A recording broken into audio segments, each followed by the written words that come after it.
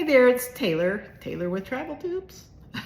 I have more travel tips about flights. As I said in the first, there's a lot of different elements of flights to think about. So today I want to talk a little bit about scheduling, right? Because most of the time we're having to change planes somewhere, especially if we're traveling internationally. It's almost a given unless you live near JFK or Chicago that you're going to have to change planes somewhere. So first thing to think of is the connection time, right? Because what I've noticed is the airlines in a crazy way put you at a connector. Well, even domestically this happens. 40 minutes, 52 minutes. And to me, that is a tight connection. Oh yeah, in a perfect world, is that the best? Oh, absolutely. I mean, who wants to spend any more time flying, waiting around the airport to get to your final destination? I don't. I don't at all. But I will say this. I start to weigh out, what's it worth to me to miss that next flight and have to maybe get on a following flight as packed as most are these days?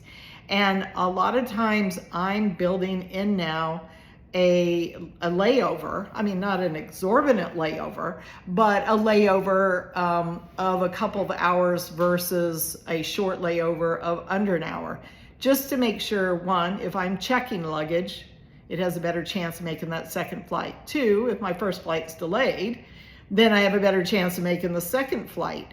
And you know, I mean, hanging around the airport isn't the greatest thing. I certainly have, because I do travel so much, got a card that gives me lounge privileges, which makes it a little bit nicer and a softer weight. But that's one thing to think of when you're looking at flights. The other thing is, and you'll kind of notice this if you really get down in the weeds. Let's say you go into American Airlines, you type in, you know, I'm leaving from Miami and I want to go to Boston, and it'll pop up some different flights.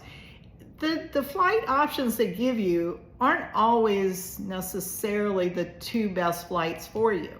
There really is a mix and match that can happen.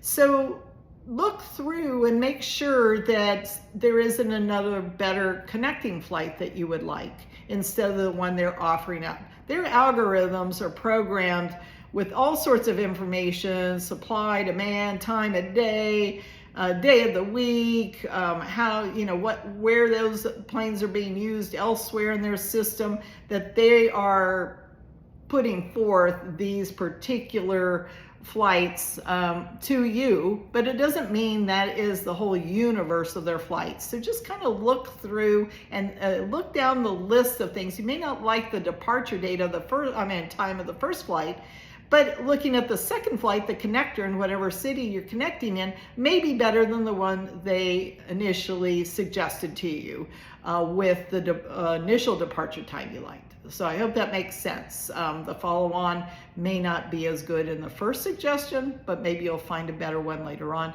and you can combine those two. You're not married to exactly what the airlines wants to marry you to. Okay, hope that helps.